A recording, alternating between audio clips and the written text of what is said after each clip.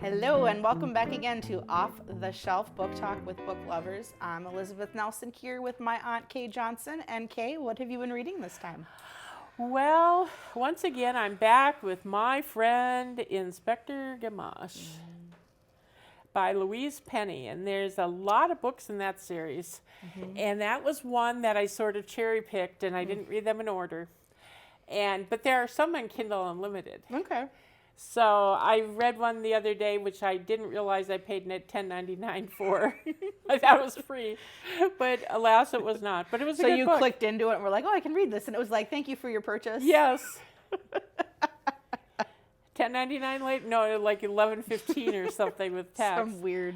And so I really like her books. But I did not read the one with Louise Penny and Hillary Clinton. Okay. And stuff. A couple of people told me there was a lot of government stuff in it, and that just is not my thing. I'd have to just, flash forward through it. And so, anyway, but I really, if you have not read the Inspector Gamache books, they're really great. And they take place in Canada, right? Yep, they take place in Canada outside of Quebec. Okay. And in this weird little town that's not on a map called Three Pines. And for such a small town, it's got a lot of criminals living there. That seems to happen with these books. Yes. Everything's perfectly quiet, apparent, until the book series starts. Yes. And so it's interesting because they've got a famous poet who lives there, artists, different things. And in the book I just finished, which was really good, there's a blizzard, and these are old buildings, and you can hear the wind howl, and so I like it. I like books with atmosphere. Yes. So I would highly recommend, if you're looking for a good police book that's more than just a procedural. I think Gamache, you've read her. I've read the first 3 or 4 of them, I believe, and then that was about the time when. It was a couple of years ago, and one of them was getting ready to come out, so then everybody started trying to read them all to get caught up. Oh, sure. And so then it was going to be like, years there's before. 15, 17 people ahead of you, and I was like, well, we can just... find something else to read. We're going to wait till it dies down a little bit, and now you can't because there's another one coming out now. I think there's like 18 or 17. There's 18 or 19, yeah, I think. There's a lot. I haven't read them all, so no. It's on my list still. I went through and kind of tried to thin down my to be read list because I'd gone through and like if I read one book in a series, I just added them all. Oh, and so I went back and took everything out except for like the next one, so that I could keep track, and I wasn't like, okay, we can skip a whole section of this because I got to read the top one before I can get through the rest. Because I'm trying to like go through and stuff that's been on there for a really long time, trying to read some of those first, but that only happens until you get book mail, and then of course everything you were going to read gets pushed out of the way for the brand new book that showed up in the mail. So that always happens. Well, and it's always fun. A new book is like a new book. I know. I think a present. Yes, and well, I think I've been reading a lot of some of like the cozy mysteries or books that like when I read like more of like the Harlequin type romance novels or like the ones set in like Bridgerton era. A lot of those books follow the same kind of wavelength, boy meets girl, boy and girl fall in love, there's a misunderstanding, they hate each other, and then they come back at the end.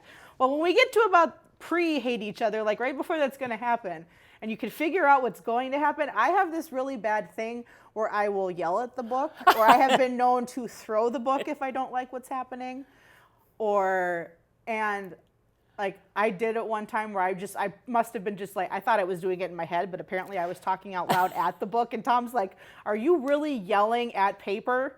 And I said, I'm not yelling at the paper. I'm yelling at the people in the paper what they're doing because they're about to be stupid. Very stupid.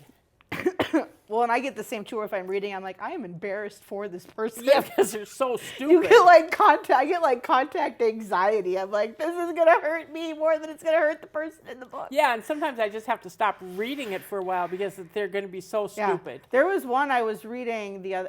I didn't even finish it. I got like 5 pages in, and I got so mad that if I hadn't have been reading it on my phone, I probably would have thrown it. But I was like, if I throw this, I'm gonna break my phone. So I just set the phone down. But one book I had this with was called The Love Hypothesis. It's by Allie Hazelwood.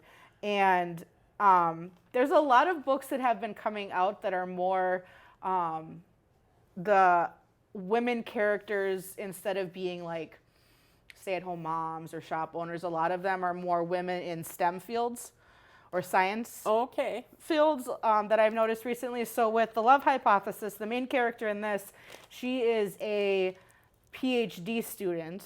And she's working on, her area of study is, I think, pancreatic cancer, early detection, because her mother... Something serious. Her mother passed away.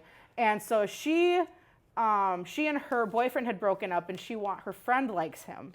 But her friend won't date him unless she's moved on. So she had told her friend she was on a date when really she just went to the lab to work on her project. Well, the friend walks in, and so her reaction is to grab the first guy she sees and kiss him. And then as soon as the friend is gone, she realizes the person she has kissed is actually one of the chemistry professors. Oh my. And so now she and this chemistry professor have to make people believe that they are dating, because she wants her friend to date this person, and he wants to get his grants approved because they think he's going to leave the college, so they're not going to approve any of his funding until they think he's staying in the area. Okay. So, and of course, they both have a need for it, and so it's one of those things where it's, and of course, it just gets worse, because then, of course, student dating a professor, it's going to get all the way around. And it's going to be a problem. It becomes very interesting. But but this was there were some points where I did want to throw the book, because it's one of those things where it's because I know people that are the nerdy people. And so it's like when you see the nerd people in the book doing stuff, you're like, oh, I know people like this, and this could totally happen with them reacting this way. But it was really good. It's been getting a lot of traction on social media and stuff. And there's but I've seen it a lot with books that are coming out. A lot of them are women in more engineering and science and less traditional, whatever you want to call it, roles. But I think it's really cool. Yeah. But there's one.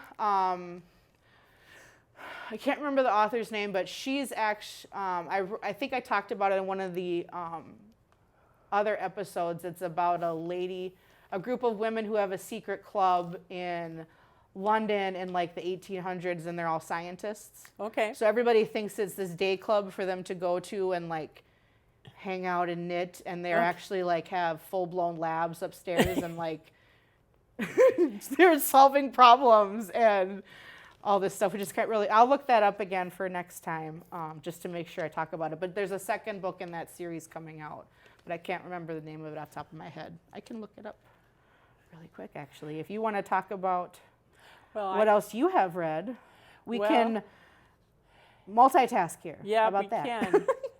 Can. Let's see. Mm-hmm. Well, there's a couple books coming out that I think look good. John Sanford. Okay. Here. One of them. That isn't the book coming out. That's out. Liz had advanced release copies. Yes. He has one coming out that's called Investigator, and John Sanford's starting a new series with Davenport's daughter. Okay. And so this is the first one. It's called Letty Davenport novel. Okay.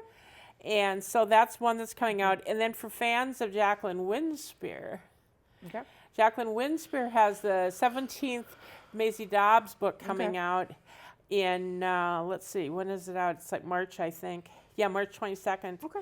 And for people who may not be familiar with Maisie Dobbs, World War II. Okay. Now, sure. she was a nurse during World War I. Okay. And so the books start there as she's a young girl working in service, and then it goes through into World War II and stuff. So they're good. So the one I was talking about, it's Elizabeth Everett is the author.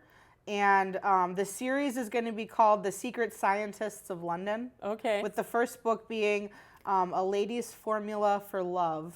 And then the second book coming out is A Perfect Equation. Oh, okay. And then the third one that's going to be published next year is A Love by Design.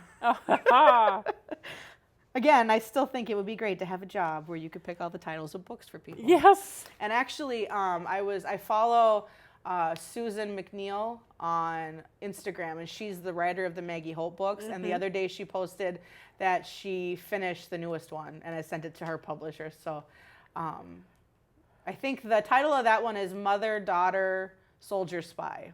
Ooh. So I think it's going to be Maggie's mom's going to be coming back in the picture again. Well, she's bad news. Yeah, her mother's a Nazi. She's not a good person. So there's that one, and then I also got the newest Paula Braxton book in the Little Shop of Found Things series, which is called City of Time and Magic. And these are the books where she can travel through time if she finds an object that speaks to her. Right, okay. And so in this one, she'd gone back in time and has managed to misplace her boyfriend Liam when coming back. He did not make the return trip with her. So now she has to find a way to go back in time and find him.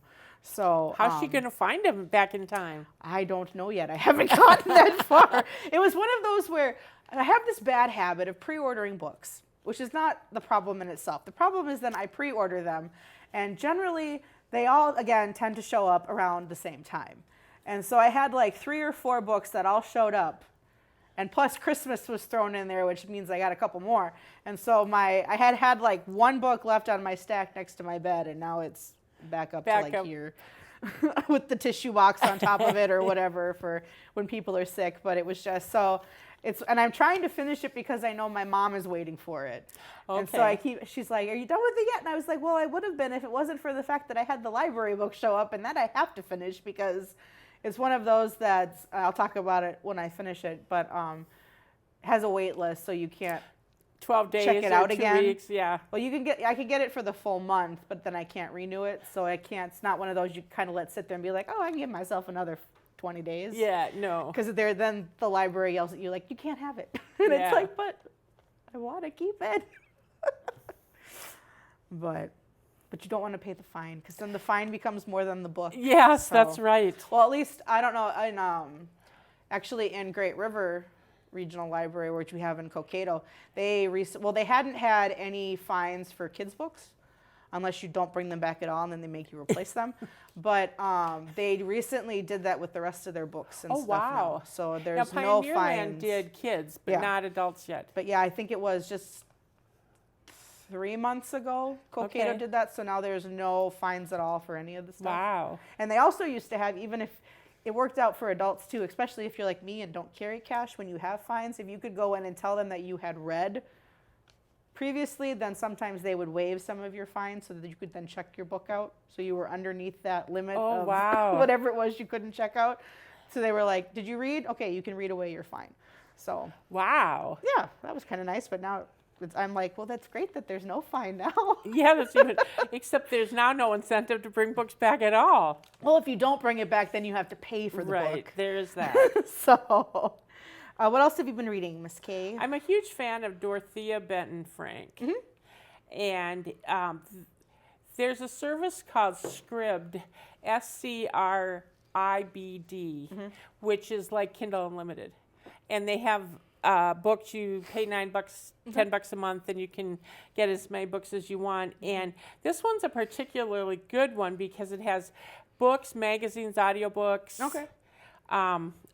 All that kinds of stuff. But they have several Dorothea Benton Frank books there that I have not read. And so I was kind of excited about that because Same Beach next year, All the Single Ladies, those 2 for sure I want to read. And then this is a great one.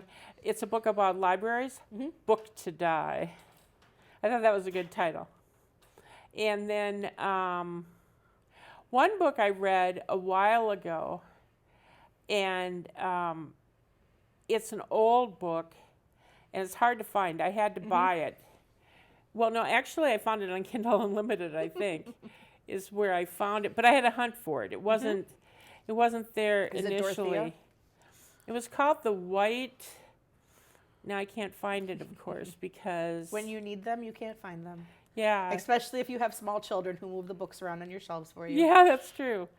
Well, I just know that I just looked at it not too long ago before we started, and I thought, oh, I want to talk about that one because it was a very clever plot. But I will have to... we will follow up on that. Yeah. The other thing I've been doing, too, is reading Agatha Christie again. Oh, yeah?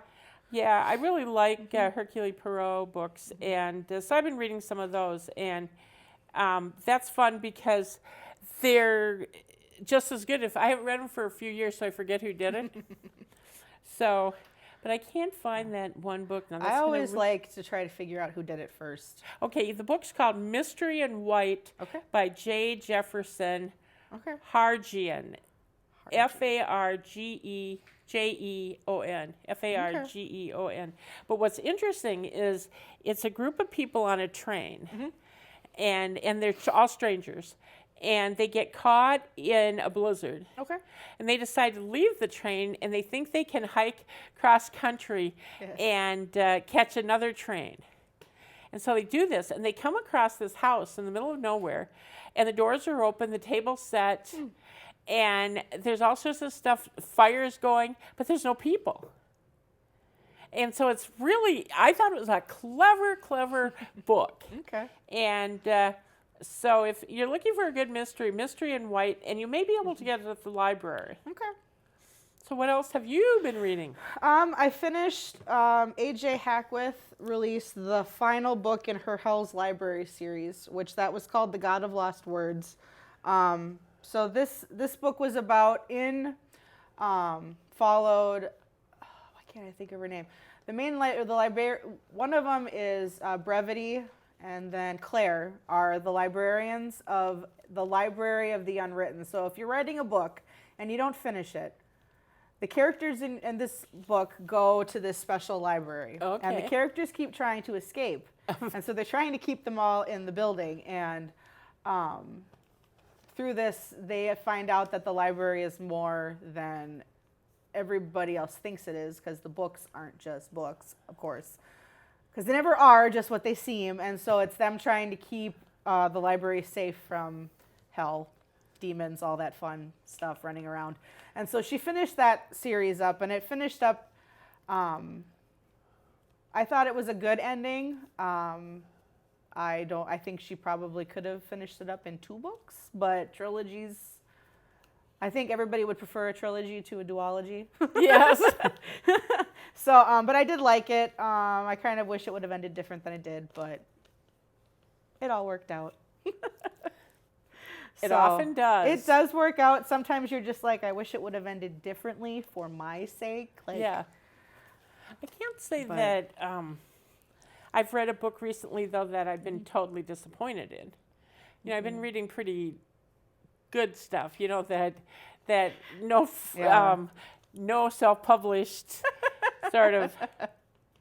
Not that there's anything wrong with self-published. Yeah, I can't. Actually, the last book that came to our house, I don't even think, it wasn't even for me. It was a book for Tom. Tom ordered, anytime anybody announces that they're banning a book, Tom feels the need that is the next book he's going to buy. He may not read it, but he feels the need. And I think that's actually, I can say that for a lot of people. Once they find out a book is getting banned, the sales go way up because everybody wants to buy it before it's gone. So he bought... the newest one that's been in there, Mouse, where it's a graphic novel, and it's about M-A-U-S, yep, and it's about World War II and Auschwitz. Oh, right. But all the characters are animals. So he bought that, but it's always, he's trying very hard to become a reader and to be a reader. And so, but anytime I see him holding a book and reading, I snap a picture. I have all these random pictures of him over the last... 10 years that we've been together, of him reading randomly.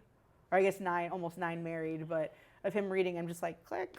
Half of them are him reading board books to Alex or Archie, but I think those are cute too. But so, and actually, I would have to say that since that book was going on the banned list, I feel like every time I go to a Barnes and Noble or an indie bookstore now, they have a banned book table of all the books that either. Well, and it's funny when you think about it because there was some school, and it was here in the United States. There was some district that they banned Charlotte's Web because animals were talking, because animals don't talk.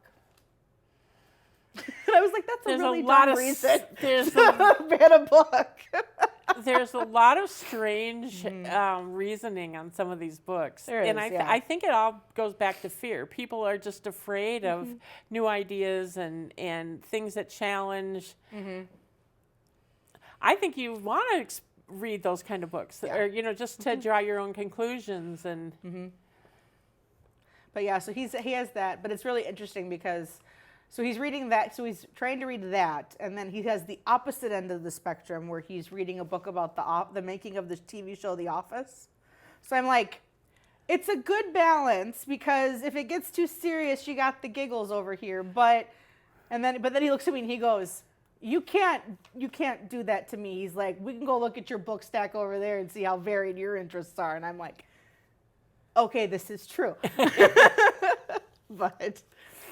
But yeah, so it's fun to see. And Alex is obsessed with the same 3 books right now. We go between, there's a Mr. Rogers book that he's looking at. I don't remember. It's Henrietta Pussycat is the main character in it. She's learning something, as you do on Mr. Rogers.